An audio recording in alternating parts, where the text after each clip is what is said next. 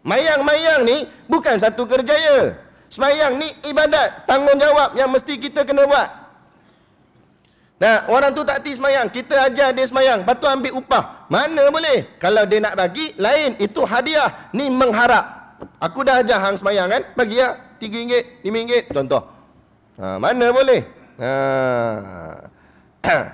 Tak boleh. Nak jadi kehidupan dunia. Tapi dalam masa kalau contoh ustaz-ustaz mengajar sekolah, jangan harapkan apa yang dia belajar tu untuk kerja.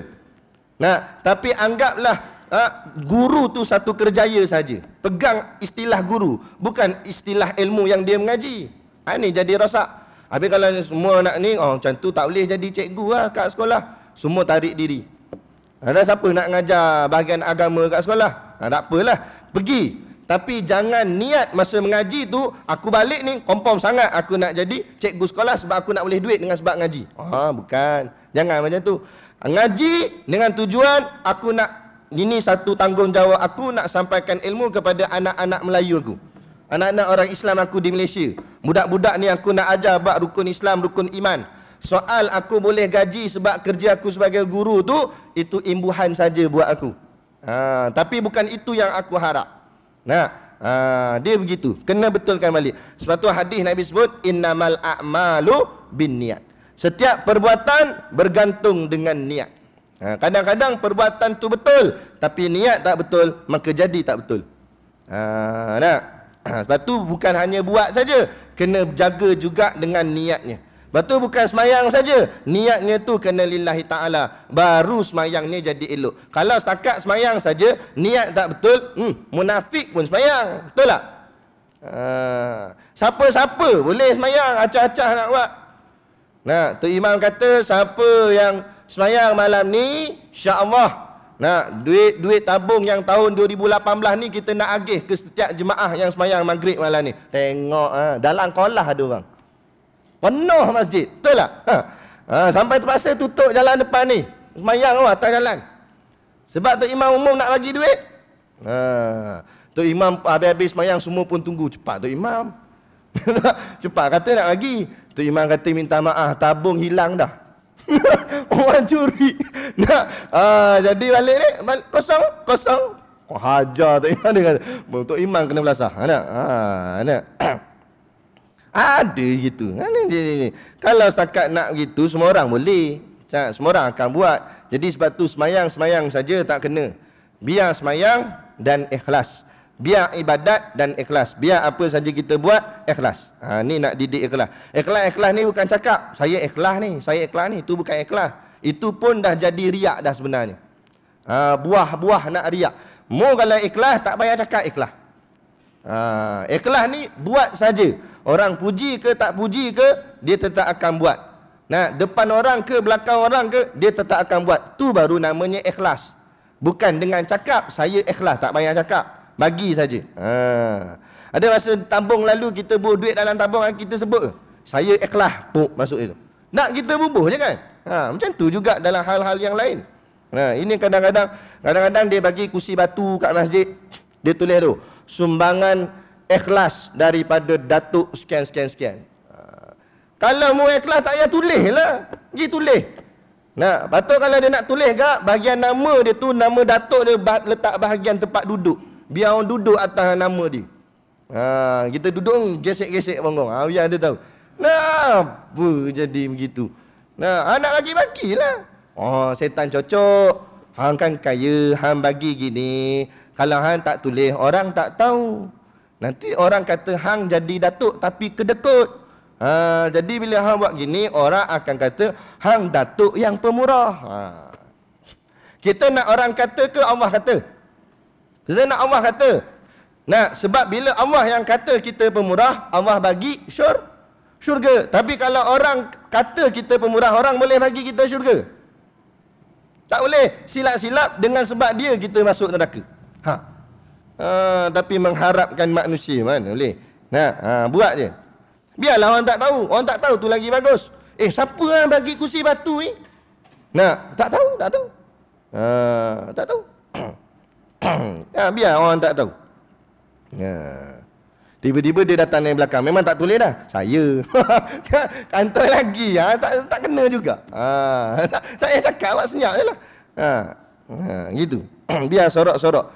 Kata ulama, sorokkan kebaikanmu seperti mana musorokkan keaibanmu. Ni. Faham betul-betul. Sorokkan kebaikan kita macam mana kita sorok benda yang mengaibkan kita. Contoh. Tengah-tengah kuliah ni, tengah-tengah sedang aircon sejuk. Siang tadi makan kenduri entah mana, perut memusing-musing. Duduk sejuk-sejuk ni, kup. Kita ingat kentut saja, puh.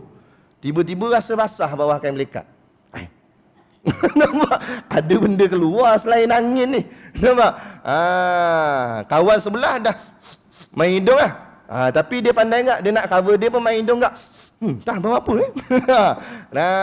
jadi dia buat macam mana? Nampak? Dia kata, oh kunci motor aku. Padahal kunci motor memang ada dalam poket dah. Dia buat saja kunci motor macam tinggal kat motor. Padahal nak pergi bilik air. Sebab dah tercirit dah tadi. Dia pun lari cepat-cepat keluar. Dia tutup aib dia. Orang pun tak tahu apa yang berlaku. Nampak? Dia tutup aib dia.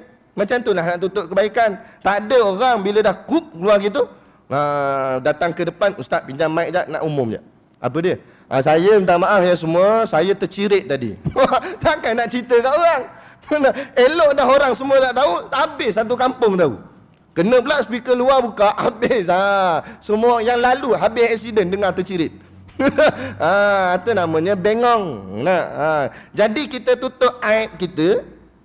Bila buat baik pun macam tu juga.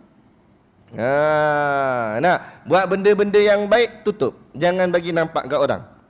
Lepas tu dia jawab pula, sebab itulah saya tak datang solat jemaah, Ustaz. Kenapa? Nak tutup kebaikan saya. Jangan tunjuk semayang, dia kata. Tok mu fikir macam tu. Benda yang fardu ain, benda yang wajib ditunjuk, bukan kerana riak, tapi wajib ditunjuk atas nama syiar Islam. Solat jemaah ni syiar agama. Jadi meramaikan jemaah akan nampak syiar. Syiar ni apa dia? Kehebatan. Bila penuh jemaah, kafir lalu jadi takut. Tak payah kata, dia tak nampak, dia cuma dengar bunyi amin saja. Kalau penuh jemaah sampai belakang, amin je mana? Amin. Nak apek lalu. Goyang motor. Kejut dia dengar bunyi amin yang kuat gitu. Takut kafir. Itu namanya syiar. Jadi hari ni kafir jadi tak takut, nak syiar macam mana? Berapa kerat je yang datang? Benda-benda yang boleh menaikkan syiar, boleh kita tunjuk. Tapi bukan dengan tujuan riak, tujuan syiar.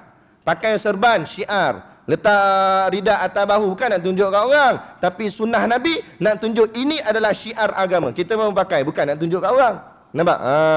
Itu tak ada masalah. Ada pun macam semayang sunat. Semayang sunat kata ulama sorok-sorokkan.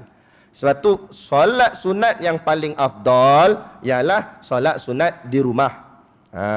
Tetapi uruf masyarakat kita di Malaysia dah jadi kebiasaan semayang sunat di masjid. Maka jawab alim ulama, boleh, tak ada masalah. Janji jangan rasa sombong. Bila tengok kawan sebelah tak semayang sunat, jangan kata mu teruk mu. Aku rasa mu neraka dah ni.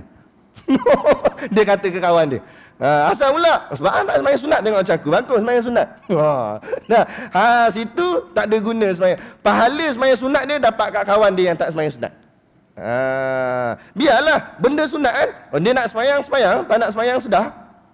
Dia nak duduk saja. Habis-habis baca doa apa semua, dia pun pergi belakang duduk saja. Orang lain semua semayang sunat. Jangan marah dia yang duduk saja. Biarlah dia. Boleh jadi bila dia balik nanti, dia semayang sunat 12 rakaat. Siapa tahu kita sini 2 rakaat dah rasa sombong dah. Dia begitu. Jadi tak ada masalah. Barang sunat. Barang sunat jangan diwajibkan atas orang lain. Wajib atas diri sendiri tak apa. Saya contohlah. Saya mewajibkan diri saya pakai serban. Tak apalah. Tapi jangan wajib orang lain pakai serban. Sebab serban sunat saja. Ini sampai marah ke orang. Ni apa nak jadi? Munafik semua ni tak pakai serban. Oi, jangan cakap macam tu. Siapa kata tak pakai kopiah tak jadi munafik lagi? Cuma ulama apa halus sikit, orang yang secara tetap tidak berkopiah atas kepala hukumnya makruh. Ini pendapat dalam mazhab kita Imam Syafi'i. Nampak? Tapi kalau sekali-sekali ada gak buh kopiah atas kepala, tak makruh lagi. Nampak? Itu tak ada masalah. Tapi janganlah hukumkan. Solat sunat duha tu sunat aja. Orang yang tak semayang duha tak apalah. Tapi kalau kita nak wajibkan atas kita, tak apa. Aku wajibkan atas diriku mesti semayang duha. Dia je lah wajib. Jangan wajib atas orang lain. Ataupun guru nak didik anak murid. Guru kata semua yang ngaji pondok sini wajib semayang duha. Boleh sebab atas nama didikan. Tapi bukan wajib atas seluruh masyarakat sebab barang tu bukan barang wajib, dia barang sunat sahaja. Baik.